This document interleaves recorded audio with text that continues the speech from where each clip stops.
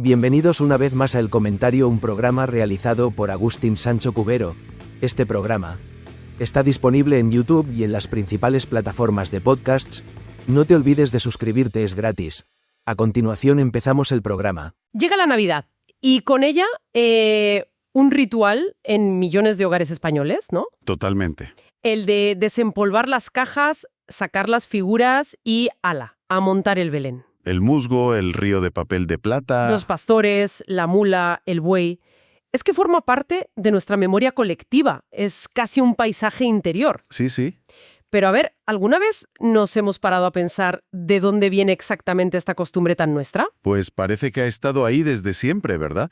Como si hubiera surgido de la propia tierra. Claro. Pues bien, los documentos que vamos a analizar hoy nos cuentan una historia completamente diferente. Una que tiene nombre y apellidos, y un origen bastante inesperado. Exacto. Hoy vamos a desgranar cómo esta tradición tan arraigada fue en realidad la importación de una reina prácticamente olvidada por nuestra historia, y cómo su visión transformó la Navidad en España para siempre. Y esa figura central, la protagonista de nuestra historia, es María Amalia de Sajonia, la esposa del rey Carlos III. ¿Eso es? Es un punto de partida fascinante porque pone sobre la mesa una de nuestras grandes contradicciones, ¿no? La facilidad con la que España olvida a personajes cruciales, sobre todo a las mujeres. Totalmente. El nombre de María Amalia apenas resuena hoy. Está, completamente sepultado bajo la gigantesca sombra de su marido. Y sin embargo, su legado se cuela cada diciembre en millones de salones. Sin que lo sepamos. Es que es increíble. Si yo digo Carlos III, a todo el mundo le viene a la cabeza el rey alcalde. El gran monarca ilustrado, claro. El que llenó Madrid de fuentes, de paseos, de edificios neoclásicos, la Puerta de Alcalá, el Prado, el Botánico. Su huella es monumental, es parte del ADN de la capital. Sin duda. Y en contraste, la historia oficial nos presenta a María Amalia como una nota a pie de página. Llegó a España ya reina, con 34 años, y murió apenas un año después. Una presencia que parece fugaz, casi anecdótica. Entonces, ¿cómo es posible que alguien que estuvo tan poco tiempo dejara una marca tan profunda? Ahí está la clave. Para entender su impacto, no podemos mirar solo ese breve año en Madrid. Hay que irse para atrás. Tenemos que rebobinar 25 años. Su historia de verdad no empieza en el Palacio Real de Madrid, sino en el de Nápoles. Claro. Carlos, antes de ser Carlos III de España, fue rey de Nápoles y Sicilia durante un cuarto de siglo. Y María Amalia reinó a su lado todo ese tiempo. Esa etapa italiana es el verdadero origen de todo. Ahí es donde se forja la pareja. Y sobre todo, donde ella desarrolló una sensibilidad cultural que cambiaría a España. Entiendo. O sea que su vida en España fue increíblemente corta, pero llegó con un bagaje, con una mochila cultural que resultó ser decisiva. Precisamente. Cuesta creer que tuviera un impacto tan grande en tan poco tiempo. Supongo que la clave no está en lo que hizo aquí, sino en lo que trajo consigo. Exacto. Y ese bagaje napolitano es mucho más que un simple dato geográfico. Claro, estamos hablando de uno de los epicentros culturales de Europa en ese momento. Nápoles, en el siglo XVIII, era un hervidero de música, con los mejores castrati y compositores de ópera del mundo. Y de arte, ¿no? De arte, por supuesto. Con el descubrimiento de Pompeya y Herculano, revolucionando la arqueología y la estética. Y de un lujo y un refinamiento extraordinarios. Fue en ese ambiente vibrante, mediterráneo y sofisticado donde crecieron juntos. Y es interesante también la relación entre ellos, porque los matrimonios reales de la época, pues uno se los imagina como meros contratos políticos, fríos, distantes. Sí. Pero en su caso parece que fue diferente. Fue radicalmente diferente. Y eso es fundamental para entenderla a ella. Se casaron por poderes siendo casi unos niños. Él con 17 años y ella con 14. Sin haberse visto nunca. Jamás. Era una alianza dinástica de manual entre los Borbones y la Casa de Sajonia-Polonia. Pero contra todo pronóstico, lo que empezó como un acuerdo político floreció en una relación de profundo afecto. De complicidad. Y de complicidad.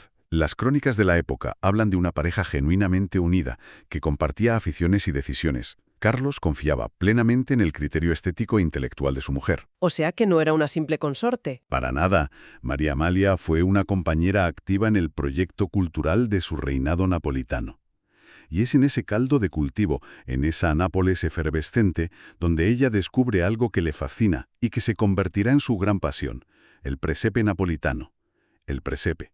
Cuando pensamos en un Belén, tenemos una imagen bastante concreta, pero por lo que se describe, aquello era otra cosa. Era un universo aparte. No eran las sencillas figuras que conocemos. Los presepi napolitanos del siglo XVIII eran auténticos escenarios teatrales en miniatura. Teatrales, me gusta esa palabra. Composiciones barrocas, dinámicas, llenas de vida y de un realismo asombroso. Junto a la Sagrada Familia, que a veces casi quedaba en un segundo plano, se representaba la vida bulliciosa de las calles de Nápoles. La vida cotidiana. La vida cotidiana. Estaban el vendedor de castañas, la mujer que tendía la ropa, el carnicero en su puesto, los músicos ambulantes, los animales del mercado. ¡Qué maravilla! Era una explosión de costumbrismo que mezclaba lo sagrado con lo profano, la fe con la celebración de la vida, una obra de arte total. Suena increíble. Es como si, en lugar de una escena estática, montaras una pequeña porción del mundo, congelada en el tiempo. Me imagino el impacto que tuvo que suponer para ella. Debió de ser una revelación, y lo que es fascinante aquí es el cambio conceptual que esto implica. A ver, En la España de la época ya existían los nacimientos, por supuesto. La tradición se remontaba a la Edad Media, pero eran representaciones eminentemente religiosas. y su lugar era el espacio público. Exacto, en las iglesias, en los conventos, como parte de la liturgia. Eran austeros, solemnes, pensados para la devoción colectiva dentro de un templo. Vale. La genialidad de María Amalia fue un doble movimiento. Primero, abrazar esa versión del Belén mucho más artística y mundana. Y segundo, y esto es lo que lo cambia todo. Esto lo cambia todo. Sacarlo del espacio sagrado y meterlo en el espacio doméstico. Lo convierte en un asunto familiar. Privado, parte de la decoración y la vida del hogar. Vale. Y entonces llega el momento clave. Año 1759. Carlos hereda el trono español, la familia se traslada a Madrid Sí, y María Amalia desembarca no solo con sus hijos y sus séquitos, sino también con sus queridos presepi napolitanos. con sus tesoros. ¿Cómo fue esa llegada? ¿Qué pasó cuando instaló aquello en el Palacio Real? Pues te puedes imaginar la escena. La corte española de mediados del 18 era todavía muy austera, Muy rígida, ¿no? Rígida. Muy rígida, anclada en la etiqueta de los Austrias. Un ambiente solemne, de colores oscuros, gestos contenidos. Y de repente, en mitad de ese escenario, la nueva reina instala esas escenas llenas de color, de movimiento, de personajes populares. El contraste debió ser brutal. La reacción fue de asombro absoluto. Los cortesanos no habían visto nada igual. No era un simple adorno devocional, era un espectáculo. Una ventana a otro mundo. A un pequeño mundo vibrante y detallado que contaba historias. Era arte, teatro y religión todo en uno. Se convirtió en la comidilla de la corte, supongo. El tema de conversación obligado en los salones. Por supuesto. Y a partir de ahí se desata el clásico mecanismo de la moda y la emulación social. ¿El efecto dominó? La corte siempre ha funcionado como un espejo. Si la reina, que es el árbitro del gusto y la elegancia, introduce una novedad tan espectacular, la aristocracia corre a imitarla para demostrar su propio refinamiento y su cercanía al poder. Claro, para no ser menos. Exacto. La nobleza madrileña empezó a encargar a artesanos sus propias figuras y escenarios, intentando replicar y, si era posible, superar el esplendor del Belén de Palacio. Vale, el contagio de la corte a la nobleza es un patrón clásico. Pero, ¿cómo salta esa barrera y llega a convertirse en algo popular? En algo que acaba en casi todas las casas de España. Ese parece el paso más difícil. Es un proceso más lento, pero imparable. Primero, los nobles que pasaban temporadas en Madrid llevaban la nueva moda a sus palacios en otras ciudades, ¿sabes? Extendiendo la costumbre. Por todo el territorio. Y en segundo lugar, se produce un fenómeno de democratización. Ah, interesante. Los artesanos locales, que al principio trabajaban por encargo para los aristócratas, se dan cuenta del filón. Empiezan a ver que hay una demanda creciente y comienzan a producir figuras y complementos más sencillos. Con materiales más asequibles. Claro, con barro o madera, en lugar del marfil o la porcelana de los belenes reales. Claro, y de ahí surgen talleres especializados y mercados. Los famosos mercadillos navideños de figuras de Belén, como el de la Plaza Mayor de Madrid. Tienen su origen ahí. Exactamente. Esa nueva demanda crea una industria. Y esa industria hace que el Belén sea accesible para la burguesía, para los comerciantes y finalmente para las clases populares. Es alucinante. Lo que empezó como una afición exótica de una reina extranjera En unas pocas décadas se había transformado por completo. Se había adaptado, se había hecho más nuestro y se había convertido en una tradición interclasista y profundamente española. Es un caso de estudio perfecto de cómo una costumbre importada puede arraigar hasta el punto de que olvidamos por completo su origen. Es que es increíble. Pero eso nos lleva de nuevo a la gran pregunta. Si su influencia fue tan masiva, tan transformadora, ¿por qué su figura cayó en un olvido tan profundo? Claro. ¿Por qué hoy nadie asocia su nombre al Belén? Pues la razón principal es una tragedia personal. Su muerte prematura en septiembre de 1760, apenas un año después de llegar a España. Un año. Llegó con una salud muy frágil, completamente agotada. Y aquí hay un dato que, leído desde el siglo XXI, es escalofriante y lo explica todo. En sus 22 años de matrimonio, tuvo 22 embarazos. Espera, 22 embarazos. Es una cifra casi imposible de procesar. 22. Más allá del dato demográfico, eso nos cuenta una historia terrible sobre la presión, la servidumbre biológica, Y la realidad física de ser una reina en el siglo XVIII. cuya principal función era dar herederos. Su cuerpo era literalmente un instrumento del Estado. Era una máquina de producir sucesores y eso la destrozó. Murió de tuberculosis, pero su organismo estaba completamente debilitado. Y su muerte, claro, sumió al rey en una tristeza profundísima. Sí, lo recogen todos los cronistas de la época. Y Carlos III tomó una decisión insólita que dice mucho de lo excepcional que fue esa relación. Nunca volvió a casarse. Nunca. Pasó los casi 30 años que le quedaban de vida viudo. Que en esa época no era un gesto romántico, sino una decisión política de un calibre enorme. Un monarca viudo de 44 años, en la plenitud de su poder. Tenía la obligación dinástica de casarse de nuevo para reforzar alianzas, para asegurar la sucesión con más hijos. Era casi una razón de Estado. Totalmente.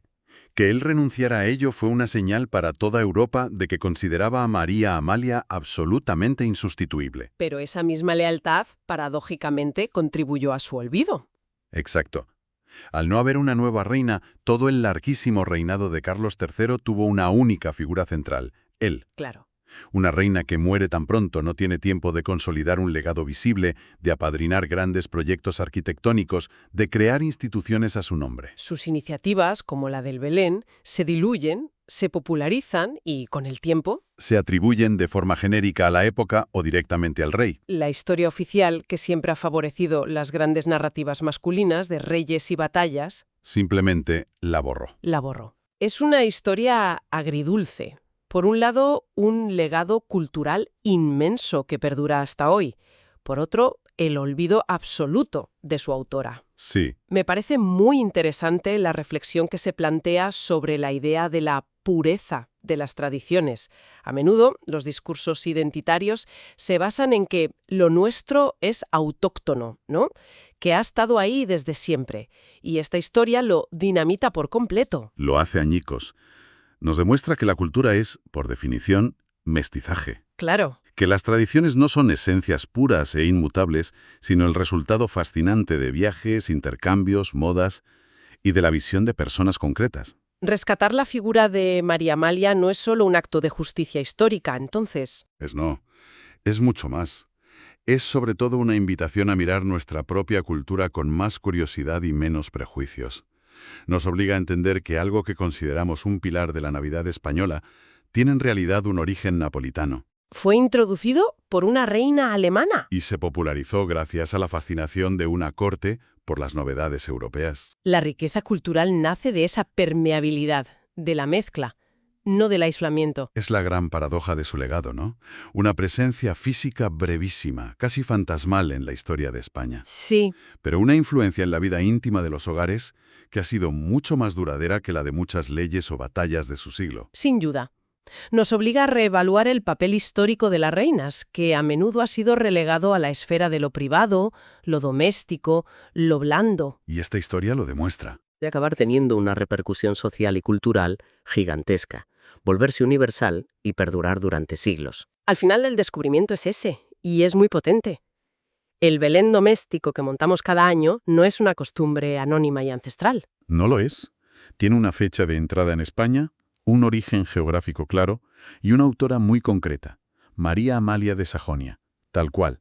Me quedo con esa imagen final.